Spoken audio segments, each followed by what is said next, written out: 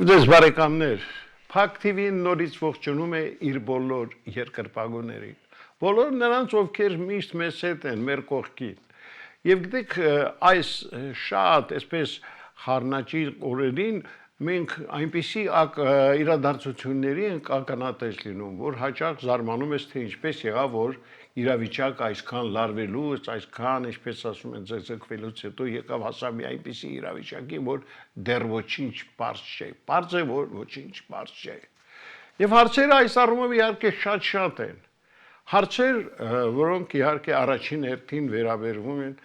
մեր այս վերջին խայտառակ, ես կասեի խուժան ընտրություններին, որոնց արդյունքների մասին կարծում եմ դեռ երկար են խոսելու։ Եվ այսօր այս ու մի շարք նմանատիպ այլ հարցերի շուրջ զրուցելու ենք մեր ճանաչված վերլուծաբաններից, քաղաքագետներից մեկի, Դեմոկրատական այլընտրանք կուսակցության նախագահ Սուրեն Սուրենյանցի հետ։ Բարև ձեզ։ Բարև ձեզ։ Պարոն Սուրենյանց, նախ ընդունեք շնորհավորանքներս, Բարգավաճ Հայաստանը, ես որքան հասկացա, այս վերջին հաշվարկներից հետո վերջապես հայտնվեց խորհրդարանում։ Նախ մի քանի խոսք այն մասին, ինչպես դա եղավ։ Այո, Բարգավաճ Հայաստան կուսակցությունը այլևս խորհրդարանում է։ Ասեմ ձեզ, որ այդ փաստը մեր համար ակնհայտ էր նույնիսկ 7-ի լույս 8-ի գիշերը, ժամը մոտավորապես 5-ի սահմաններում առավոտյան, 8-ի վաղ առավոտյան, երբ որ մենք բոլոր 2050 տեղամասերից ստացել ենք արձանագրությունները, իսկ մենք բոլոր տեղերում ունեինք վստահված անձինք, պարզ մաթեմատիկական գործողությունները մեզ ակնհայտ էր դարձրել, որ մենք 4%-ի շեմը հաղթահարել ենք։ Իհարկե դա մեզ շատ չէր ոգևորել, հաշվի առնելով այն փաստը, որ իշխանափոխություն ընտրություններում տեղի չէր ունեցել, դրանք անդրադառնանք իհարկե,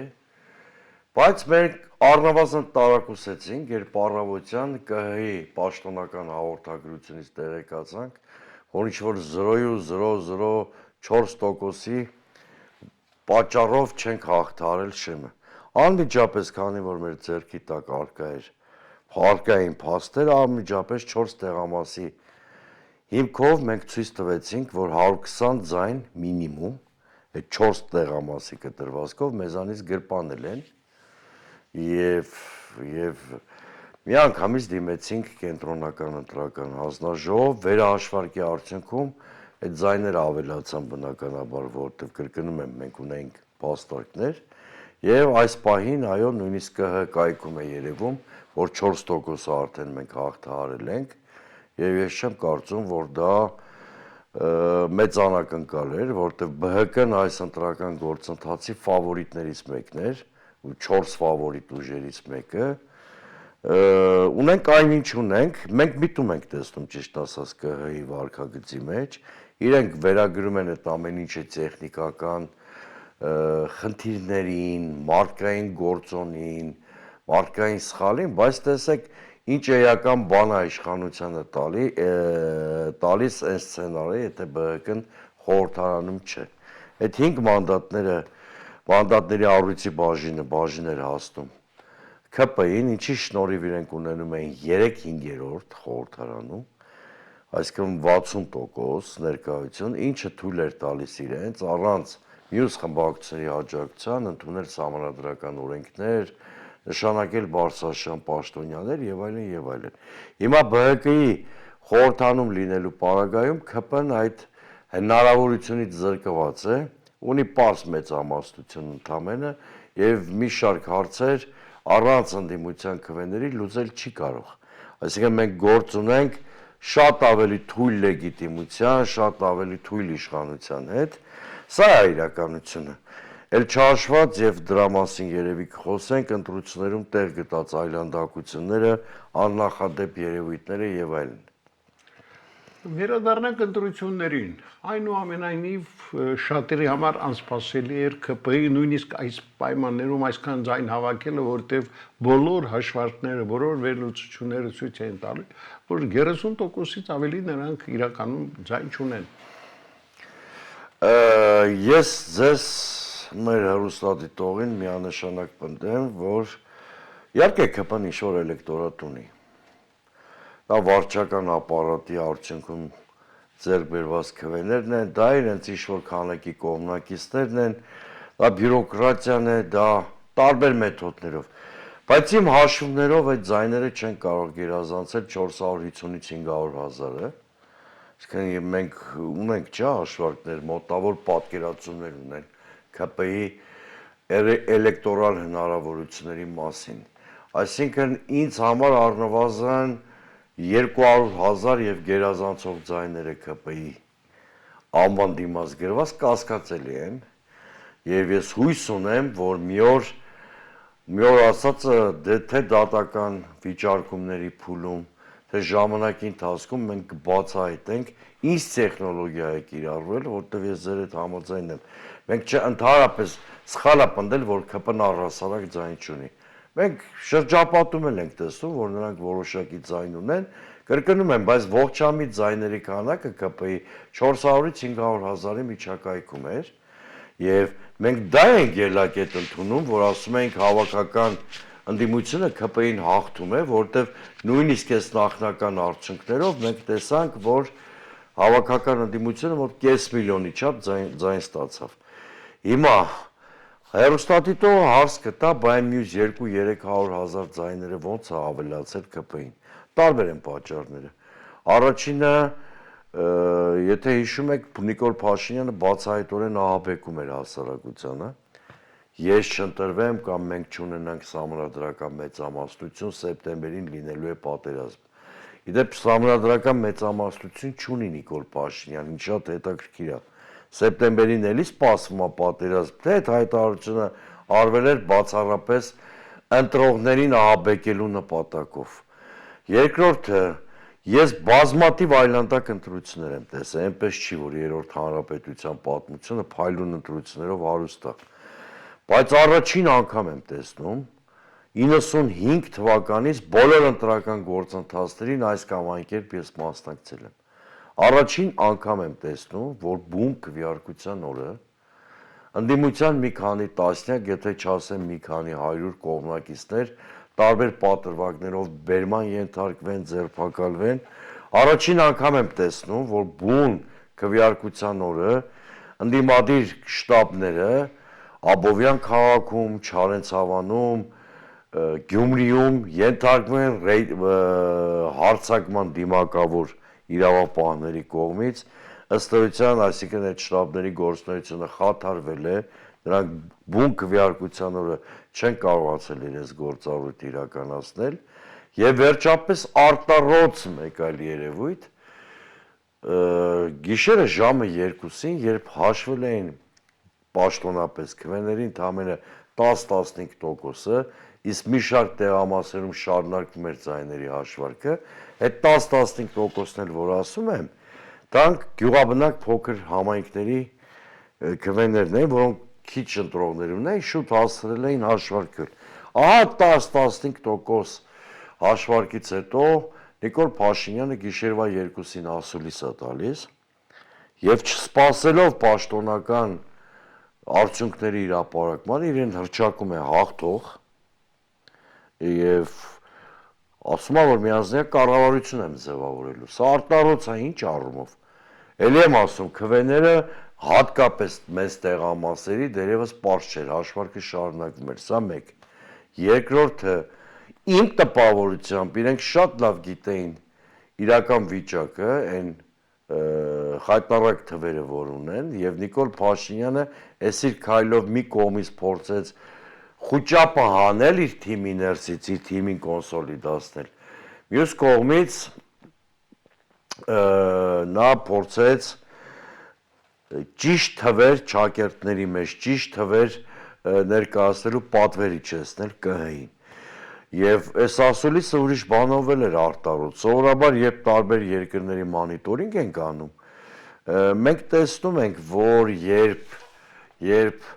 ենթադրենք ինչ-որ մեկը հաղթում է ընտրություններում, նա ընդհակառակ է հետընտրական առաջին ասուլիսում փորձում է հասարակությանը միավորելու ուղերձներ անել։ Օրինակ ասում են անկախ նրանից, որ մեզ այսքան տոկոսն է ձայն տվել, մենք բոլորի ղեկավարն ենք լինելու բան, չէ, այսպիսի միավորող կոնսոլիդացնող հայտարարությունները բոլոր երկրների ղեկավարները վերընտրվելուց կամ ընտրվելուց հետո։ Նիկոլ Փաշինյանը հակառակը անոսավորեց իր հաղթանակի մասին, որից ուզուրպացիայի հոտ է գալի։ Եվ երկրորդը անմիջապես սկսեց խոսել երեք ընդդիմադիր լիդերներին պատժելու, նստեցնելու իր մտադրության մասին։ Նույնիսկ անտեսելով գրեիք կերպով այն ակնհայտ փաստը, որ այդ երեք ղեկավարները, ում անունները նա տալիս էր, Սամվել Կարապետյան, Գագիկ Ծառուկյան, Ռոբերտ Քոչարյան, հավաքականորեն միասին այլևս 500,000 ընտրողների շահերի ներկայացուցիչ են։ Եվ չէր կարելի հետընտրական առաջին հասուլիսում փաստորեն այդ 500,000 մարդկանց էլ վիրավորել։ Եվ այս ամեն ինչը, երբ որ հանրագումարի ենք բերում, պարոն Խուշչյան, ընտրությունները լեգիտիմ համարել չի կարելի։ Ընտրությունները օրինական համարել չի կարելի։ Առնվազն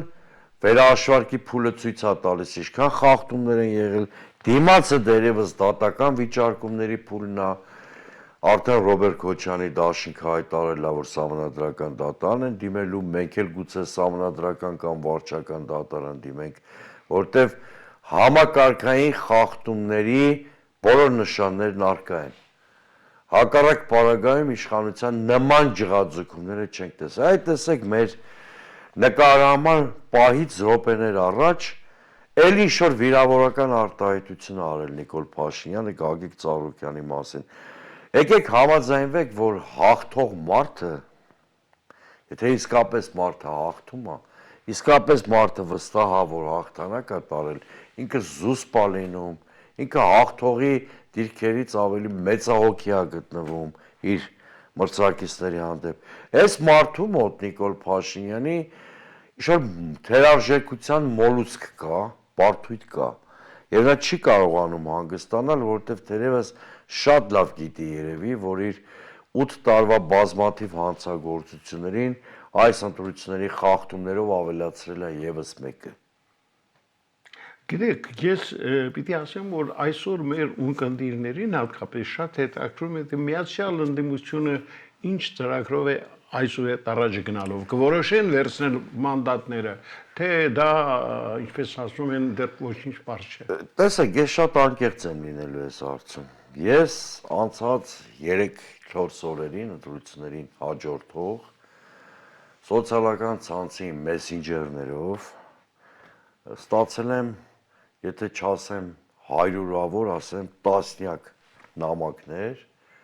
մեր քաղաքացիներից։ 90%-ը նամակների հանգում է մոտավորապես մի հատ կոչի կամ հորդորի մի վերցրեք մանդատները։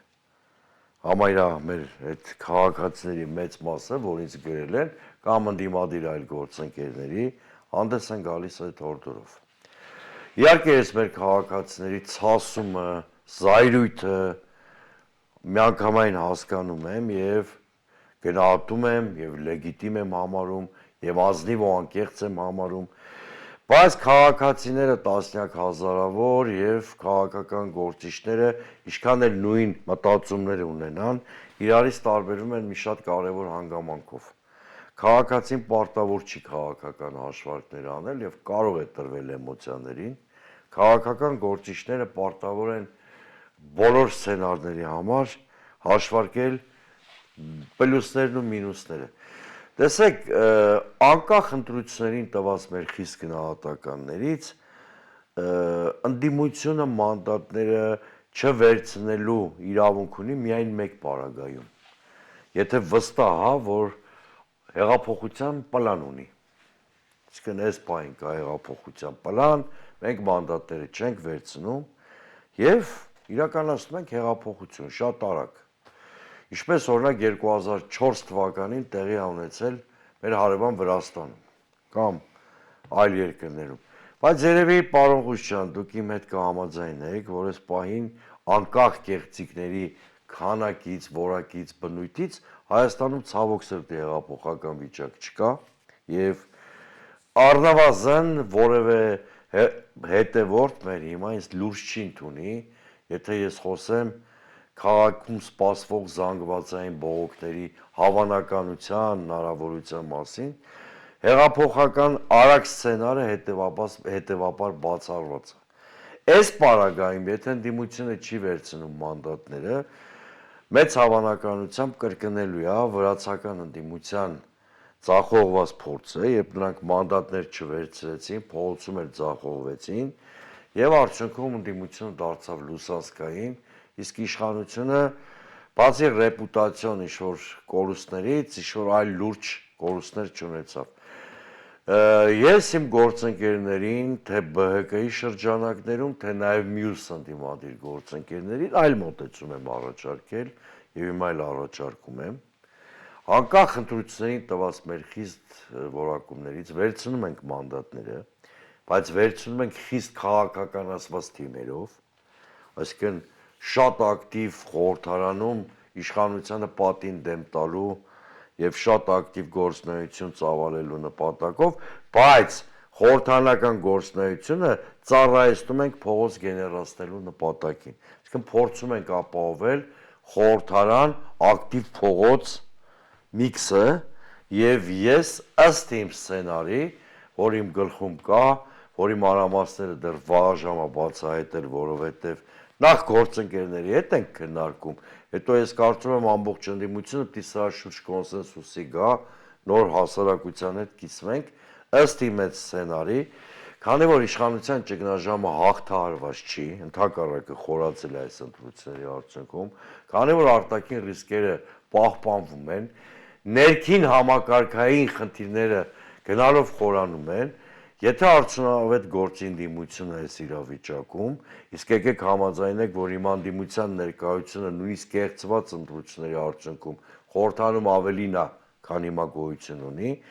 եթե ակտիվ գործի խորհրդանում ճիշտ կարողանա գեներացնել եւ օգտագործել փողոցի ռեսուրսը եւ համադրել այդ երկու հարթությունները, իմ կարծիքով 1-1.5 տարում մենք անխուսափելի կդարձնենք Նիկոլ Փաշինյանի քաղաքական վախճանը, այսինքն հունիսի 7-ին թեև մենք չկարողացանք գլխավոր խնդիրը լուծել, իդեպ ինչի համար ընդդիմությունը ու նաև ընդդիմության ներկայացուցիչ Սուրեն Սուրենյանցը պարտավոր են հասարակությունից ներողություն խնդրել, որտեղ իրենց սպասումները չենք կարողացել ամբողջովին արդարացնել, բայց ես այնուամենայնիվ հունիսի 7-ը աշխարհի վերջը չեմ համարում եւ կարծում եմ, որ գրագետ, նպատակային եւ արդյունավետ գործունեության միջոցով մենք կարող ենք շատ արագ ամիսների ընթացքում շտկել այն խայտառակ վիճակը, որ առաջացավ հունիսի 7-ին։ Պարոն Սուրենյանց, տեսեք, ընտրություններից մի քանի օր առաջ ԿՊԱ-ականները տարածեցին այն թեզը, որ Սամվել Կարապետյանը KGB-ի գործակալ է, այն է, բայց այդ նույն օրերին ընտրություններից մի քանի օր Արշակ Կարապետյանը համայնքական ճակատ շարժման առաջնորդը հրապարակեց մի նամակ Միացյալ Նահանգների դեսպանի մակագրությամբ Միացյալ Նահանգների հատուկ ծառայություններին ուղղված, որ դեռ 1996 թվականին իրենց հաջողվել է վերջնականապես հավաքագրել Նիկոլ Փաշինյանին, որպես իրենց գործակալի։ Ինչ է հիմա։ Ստացվում է, որ Միացյալ Նահանգների գործակալն է այսօր մեր երկրի ղեկավարը։ Տեսեք, նախ Նիկոլ Փաշինյանը նախընտրական արշավի ընթացքում ու հետո էլ արել է բավական թվով անպատասխանատու, ցինիկ, ստով համեմված հայտարարություններ առանց ապացույցներ ներկայացնելու թե Սամվել Կարապետյանի մասով, թե Գագիկ Ծառուկյանի մասով, թե Ռոբերտ Քոչարյանի մասով, թե Արման Թաթոյանի մասով, նրա մասով են արել։ Ավելին ասեմ, այդ հայտարարություններից մի քայլ առաջ անցել, այսինքն շինծու, փաստազուրկ հիմնավորումներով լրտեսության մեղադրանքով ձերբակալեցին մեր ցուցակի երկրորդ համար Անդրանիկ Թևանյանին, որին իր դեպ հայտում եմ իմ զորակցությունները, հեսա նախաքննությունը եւ դատաքննությունը կբացահայտեն, որ լրիվ շինծու դատարկ մեղադրանք է։ Հիմա կամ ձեր հարցին։ Անշուշտ գեներալի այդ բացահայտումները ուշադրության արժանի են եւ անպայման պիտի քննվեն, իսկ դուք ինչ եք կարծում Նիկոլ Փաշինյանը օտար շահեր չի սպասարկում, այդ պարոն Կարապետյանը բացահայտում է ամերիկյան մասով, չէ՞։ Բայց ողջամիտ կասկածներ ունենք մենք բոլորս նաև, որ Ալիևի օրակարգն է հիմա սպասարկում Նիկոլ Փաշինյանը։ Ինչ եմ ուզում ասել, եւ պարոն Կարապետյանի արած բացահայտումները, եւ այն ողջամիտ կասկածը, որ հատկապես 2021-22 թվականներից հետո երջանիկ վասալի կարգավիճակ ունի Փաշինյանը Ալիևի մոտ, այս բոլոր փաստերը եւ կասկածները մի օր պետք է անպայման համադրվեն եւ դառնան քննության թեմա։ Բայց ես թվում է Նիկոլ Փաշինյանը բազմաթիվ հարցերի պատասխան պետք է տա, բազմաթիվ։ Բա մենք ունեցել ենք անդառնալի ազգային ողբերգություն կորուստներ։ Կորցրել ենք մեր հայրենիքի մի մաս, Արցախը, կորցրել ենք կամ խարխլվել է մեր համատանգային համակարգը։ Անդառնալի վնաս է հասցված հայ-ռուսական հարաբերություններին, դուք շատ լավ գիտեք, ու դրա մի զգալի մասը եղել է Նիկոլ Փաշինյանի ավանտյուրայի հետևանքով։ Այսօր Ռուսաստանի հետ հարաբերությունները փչացնելով մենք չենք կարողացել գեթ մեկ այլ դաշնակից ձեռք բերել։ Դա կլինի արևմուտքում, թե որևէ այլ տեղ։ Այս բոլոր գործողությունները Նիկոլ Փաշինյանի հուշում են, որ գործ ունենք առնվազն օտար օրակարգ սպասարկողի հետ։ Հիմա այդ օտար օրակարգը Միացյալ Նահանգներում պետք է փնտրենք, մեր ողերին հարևան Ադրբեջանի մայրաքաղաքում պետք է փնտրենք։ Անշուշտ շատ մոտ ապագայում կարծում եմ օբյեկտիվ քննություն կլինի, պարոն Կարապետյանն էլ կհրավիրվի, բոլորս էլ կհրավիրվենք, ողավերջ չի Նիկոլ Փաշինյանը։ Մենք Հայաստանի պատմության մեջ տեսել ենք, չէ՞, ինչպիսի հզոր անձեր են մեկ են տապալվել կամ իշխանություններ են փոխվել 2017-ին էլ չէ ոչ մեկի մտքով չէր անցնում, խորհրդանական ընտրություններ էին եղել, անաղմուկ, նույնիսկ ավելի անաղմուկ, քան այսօր։ Անաղմուկ ընտրություններ եղան 2017 թվականին, խորհրդարանական։ Ջախջախի հաղթանակ տարան Սերժ Սարգսյանն ու Հանրապետական կուսակցությունը։ Դրանից ընդամենը 11 ամիս հետո Հայաստանում տեղի ունեցավ հեղափոխություն։ Ուզում եմ ասեմ, երբեմն իշխանության թվացյալ ուժեղությանը հաջորդում են ցնցումներ, զարգացումներ, Հայաստանում էլ դա անխուսափելի լինելու է եւ ձեր մատնանշած փաստն այն կասկածելի հետևողականությունը, որով Փաշինյան Ալիևի հրանգներն է կատարում, այդ փաստն էլ մի շարք այլ բաներ էլ դառնալու են մարզնի քննության առարկա։ Եվ շնորհակալ եմ այսօրվա համար, բայց ես կարծում եմ այս վերջին քննությունների արձագանքները դեռ երկար են շարունակվելու, մարդիկ Իհարկե, մանավանդ որ ամսի 14-ին վերջնական ամփոփում է լինելու, դրանից հետո հավանաբար դատական վիճարկումների փուլ կմտնենք ընտրությունների արդյունքների, բայց չմոռանանք, որ մենք ունենք նաև քաղաքականավորներ, որոնց խնդիրը դեռևս մնում է, այսինքն թեև ամառ է, բայց ես վստահ եմ, որ առաջիկա շաբաթներին մենք բազմաթիվ անգամներ քննարկումների հնարավորություն ու առիթ կունենանք։ Դե դա նշանակում է մենք նոր հանդիպումներ նույնպես կունենանք։ Շնորհակալ եմ։ Շնորհակալ եմ։ Սիրելի բարեկամներ, մենք այսօր հյուրընկալել ենք Դեմոկրատական այլընտրանք կուսակցության նախագահ, քաղաքագետ, մեր ճանաչված իսկապես վերլուծ ավանդներից մեկին Սուրենյանցին։ Այսօր այսքանը, ցտեսություն։